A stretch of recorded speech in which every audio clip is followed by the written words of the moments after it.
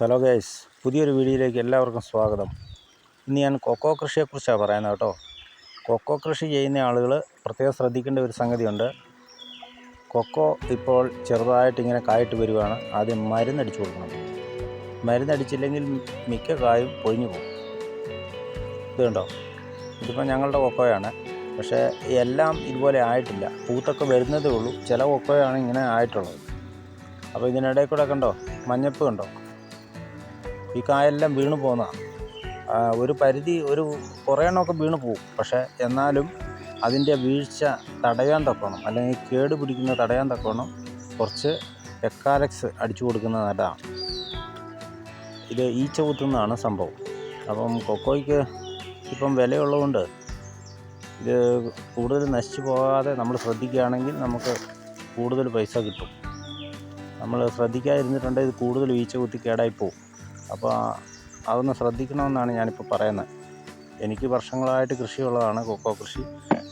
ഒരു 35 വർഷം മേലെയായി, ഒരു 40 കൊല്ലത്തോടടുത്തായി എനിക്ക് കൊക്കോ ഉണ്ടായിരുന്നു.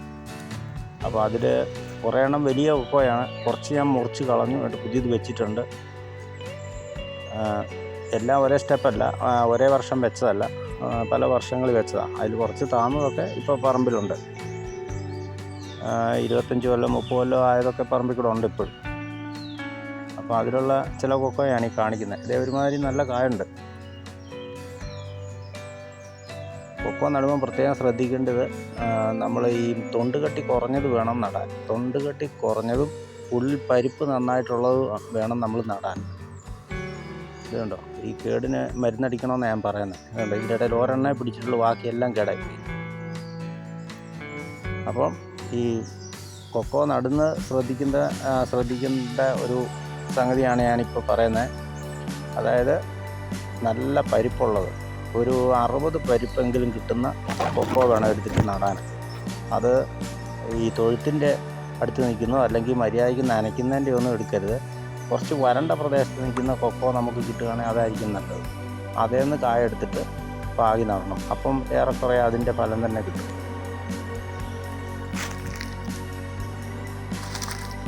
ഞാൻ വെള്ളം വെച്ച് കൊടുത്തിട്ടുണ്ട്. ഇപ്പം നല്ല കടുത്ത വേനലാണല്ലോ. അപ്പം കുറച്ചിങ്ങനെ സ്പ്രിംഗ്ലർ വെച്ച് നനയ്ക്കുന്നുണ്ട്, അല്ലാണ്ട് ഇങ്ങനെ ചോട്ടിലിട്ട് കൊടുക്കുന്നുണ്ട്. ഇതുണ്ട്, ഇതുപോലുള്ള കിളിപ്പുകളൊക്കെ ഉണ്ടെങ്കിൽ ഇത് അടർത്തിക്കളണം കേട്ടോ. ഇത് അറിയത്തില്ലാത്തൊരു പ്രത്യേകം ശ്രദ്ധിക്കുന്ന സംഗതിയാണ്. ഇത് പ്രത്യേകം ശ്രദ്ധിച്ചോണം. കാരണം ഈ പൊട്ടിക്കിളിക്കുന്ന കിളിപ്പുകളെല്ലാം അടർത്തിക്കളണം, അല്ലെങ്കിൽ അതിങ്ങനെ വളർന്ന് ഇങ്ങനെ ചോല പിടിച്ച് പോകും. അതേ കാ തീരെ കുറവായിരിക്കും. അതുകൊണ്ട് അങ്ങനെ ഈ കിളിപ്പ് പൊട്ടി വരാതിരിക്കാൻ നോക്കണം. ഇടയ്ക്കിടയ്ക്ക് ഇതിങ്ങനെ അടർത്തി വിടും. എന്നിട്ടിങ്ങനെ കൊക്കോത്തടി ഇങ്ങനെ പ്രത്യേകം ഇങ്ങനെ തെളിഞ്ഞ് നിൽക്കണം. പിന്നെ ഇത് കൊക്കോ കോതി വിടണം. ഇതിൻ്റെ ഇടയിൽ പൊട്ടിക്കിളിക്കുന്നത് കോതി വിടണം. മാസം ഇതിനിങ്ങനൊരു പണിയുണ്ട്. ഇങ്ങനെ കൊക്കോ ഒരുക്കെങ്കിൽ മാത്രമേ മര്യാദയ്ക്ക് കായ കിട്ടുകയുള്ളൂ. മര്യാദയ്ക്ക് കായ കിട്ടണേലും കായ ഉണ്ടാകണേലും ഒക്കെ ഈ കൊക്കോ ഒരുക്കൽ ഒരു പ്രാധാന്യമുള്ള സംഗതിയാണ്. പിന്നെ ഒരു പ്രാവശ്യം വളമിട്ട് കൊടുക്കണം. ചാണകപ്പൊടിയൊക്കെ ഇട്ട് കൊടുക്കുകയാണെങ്കിൽ നല്ലതാണ്. അതിൻ്റെ കൂട്ടത്തിൽ ഒരു രാസവളം കൂടെ കൊടുക്കണം, എന്നാലേ കൂടുതൽ കായൊക്കെ ഇപ്പോൾ കിട്ടുകയുള്ളൂ. പണ്ട് കാലത്തൊക്കെ ഈ എരുമയുടെയും പോത്തിൻ്റെയൊക്കെ ചാണകനൊക്കെ ഇട്ട് കൊടുത്താൽ മതി, അടിപൊളി കാ കിട്ടുമായിരുന്നു. ഇന്നിപ്പോൾ അങ്ങനത്തെ കൃഷികളൊന്നും ഇല്ലല്ലോ. അപ്പം രാസവളവും പിന്നെ കിട്ടുന്ന ചാണകപ്പൊടി, ഏതെങ്കിലും കന്നാലിയുടെയൊക്കെ ചാണകപ്പൊടി ഏതെങ്കിലും വ്യക്തികളുടെ അടുത്തുനിന്ന് മേടിച്ചുകൊണ്ട് വന്നിട്ട് ഇടുക, അല്ലെങ്കിൽ സ്വന്തം കൊണ്ട് അത് ഇട്ട് കൊടുക്കുക. അതിൻ്റെ കൂട്ടത്തിൽ ഒരു പ്രാവശ്യം രാസവളവും കൂടെ കൊടുക്കുക. അപ്പോൾ ഒരുമാതിരി മിനിമം കാ കിട്ടും. പിന്നെ മരുന്നടിച്ച് കൊടുക്കണം. പിന്നെ കാ കൂടുതൽ നമുക്ക് പിടിച്ച് കിട്ടണമെങ്കിൽ ഞാൻ നേരത്തെ പറഞ്ഞ പോലെ കാലക്സോ അതുപോലുള്ള എന്തെങ്കിലും ഇങ്ങനത്തെ കീടനാശിനികൾ അടിച്ചു കൊടുക്കണം. ഒരുപാട് ചെയ്യരുത്, ഒരു പ്രാവശ്യമൊക്കെ അടിച്ചാൽ മതി. ഞങ്ങളുടെ കൊക്കോയിലൊക്കെ ഇങ്ങനെ പൂട്ട് വരുന്നതേ ഉള്ളൂ, എല്ലാം കായ ആയിട്ടില്ല. ഇതുണ്ടോ, ഇതുപോലത്തെ തളുപ്പ് അടത്തി വിടണമെന്നാണ് ഞാൻ പറഞ്ഞത്. കണ്ടോ, ഇങ്ങനെ പൊട്ടിക്കിളിക്കുന്ന മൂട്ടിൽ നിന്നാണേലും ഇതിൻ്റെ ഇടയ്ക്ക് നിന്നാണേലും ഒക്കെ അടത്തിക്കളയുക. ഈ ശിഖരത്തെ കൂടെ എല്ലാം ശരിക്കും ഇങ്ങനെ ചപ്പിങ്ങനെ ആർത്ത് കയറി വരും. അത് മുഴുവൻ അടത്തി വിടണം. അങ്ങനെ കൊക്കോ വൃത്തിയായി നിൽക്കണം. പിന്നെ ഇതിനുള്ളിൽ കൂടെ കാറ്റ് കയറി ഇറങ്ങണം, എങ്കിൽ മാത്രമേ കൂടുതൽ കാ പിടിക്കുകയുള്ളൂ. കൊക്കോ ശരിക്കും ഒരുക്കി നിർത്തി അതിൻ്റെ ചപ്പുകളെല്ലാം മിക്കതും കോതിക്കളണം. ഇങ്ങനെ പൊട്ടിക്കിളിക്കുന്നതൊക്കെ അടിച്ചപ്പുകളൊക്കെ വെട്ടിക്കളണം. അപ്പം നന്നായിട്ട് കാ പിടിക്കും. നനയും ഇതിന് പ്രാധാന്യമുള്ള സംഗതിയാണ് കേട്ടോ. ഞങ്ങളുടെ ഇതൊരു തോട്ടറമ്പാണ്. അപ്പോൾ ഇവിടെയൊക്കെ തോട്ടറമ്പിൽ പ്രത്യേകം നനയ്ക്കണ്ട, ഇതിൻ്റെ വേര് വെള്ളത്തിലെത്തിയിട്ടുണ്ടാവും. കുറച്ച് കരയ്ക്കോട്ടുള്ളതൊക്കെ നിങ്ങളുടെ പ്രദേശത്ത് കൃഷി ചെയ്യുന്നുണ്ടെങ്കിൽ നനച്ചു കൊടുക്കണം. കൊക്കോ നല്ല ആദായമാണ്. പക്ഷേ സംഭവം കഴിഞ്ഞ കൊല്ലം മുതലാണ് നമുക്ക് വില കിട്ടാൻ തുടങ്ങിയത്. ഈ കൊല്ലത്തെ അവസ്ഥ ശരിക്കറിയില്ല. 600, 650 ഒക്കെ പറയുന്നുണ്ട് ഉണങ്ങിയ കായ്ക്ക്. പച്ചയ്ക്ക് 170, 180 ഒക്കെയാണ് ഇപ്പോൾ പറയുന്നത്. ഇപ്പോൾ സീസൺ ആകുമ്പോഴത്തേന് എങ്ങനെയായിരിക്കും എന്ന് പറയാൻ പറ്റിയില്ല. കർഷകനൊരു മെച്ചം കിട്ടണമെങ്കിൽ ഈ വിലയെങ്കിലും നിലനിൽക്കണം, എങ്കിലേ അതുകൊണ്ട് കാര്യമുള്ളൂ. കണ്ടോ, ഇതൊക്കെ നന്നായിട്ട് കാ പിടിക്കുന്നുണ്ട്. അടിപൊളി കൊക്കോയാണ് കേട്ടോ ഇത്. എനിക്കൊരു എല്ലാ കൊക്കോയും ഒരേ മോഡലല്ല, എന്നാലും ഞാനിങ്ങനെ മറ്റുള്ള വ്യക്തികളുടെ അടുത്തു നിന്ന് വിത്ത് മേടിച്ച് നട്ടതാണ്. അതുകൊണ്ട് ഇത് പല സൈസ് കായാണ്. പിന്നെ തൊണ്ട് കട്ടിയുള്ളതും ഇല്ലാത്തതും ഒക്കെ ഉണ്ട്. അപ്പോൾ ഇതൊരു നല്ല കൊക്കോയാണ്. ഇതൊരു 3 എണ്ണത്തിന് 1 കിലോ കിട്ടും. 3 എണ്ണം പഴുത്തത് പൊട്ടിക്കുകയാണെങ്കിൽ 1 കിലോ പച്ചക്ക കിട്ടും. മുഴുത്ത കൊക്കോയാണ്.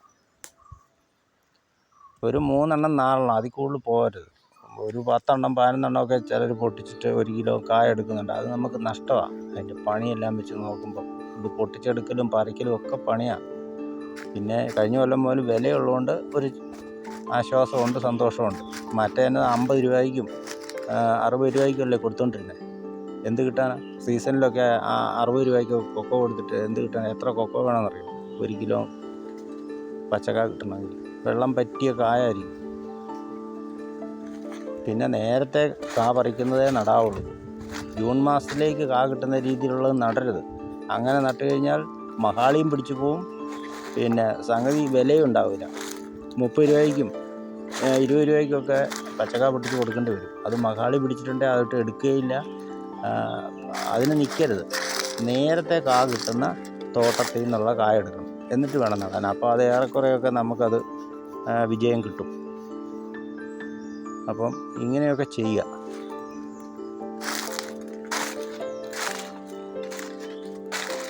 എനിക്കാണ്ട് 1 ഏക്കർ മേലെ കൊക്കോയുണ്ട്. നേരത്തെയൊക്കെ നല്ല കാ കിട്ടുമായിരുന്നു. ഇപ്പോൾ ഒരു കുറച്ച് പ്രായമായതുകൊണ്ട് കാലേശം കുറഞ്ഞു. പിന്നെ ഞാൻ കുറച്ച് കൊക്കോ വെട്ടിക്കളഞ്ഞു കഴിഞ്ഞ വർഷം. പുതിയത് ഞാൻ വെച്ചിട്ടുണ്ട്. അതൊക്കെ ഒരു 35 കൊല്ലം മേലെ ആയതായിരുന്നു. അതൊക്കെ ഇങ്ങനെ ഒടിഞ്ഞും പിരിഞ്ഞും അങ്ങനെ ചോല കെട്ടി കിടക്കുമായിരുന്നു. അപ്പോൾ അതൊക്കെ കുറേ വെട്ടിക്കളഞ്ഞു, എന്നിട്ട് പുതിയത് വെച്ചു.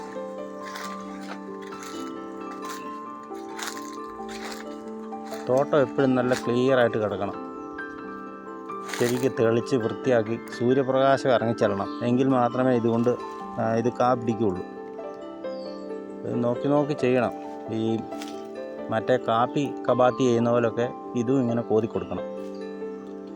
അപ്പോൾ ശരി പ്രേക്ഷകരെ, ഞാൻ വീഡിയോ നിർത്തുന്നു. എൻ്റെ വീഡിയോ ഇഷ്ടപ്പെട്ടെങ്കിൽ എനിക്ക് സപ്പോർട്ട് ചെയ്യണം. സബ്സ്ക്രൈബ് ചെയ്യുക, ലൈക്ക് ചെയ്യുക, ഷെയർ ചെയ്യുക. മറ്റൊരു വീഡിയോയിൽ കാണാം. ബൈ.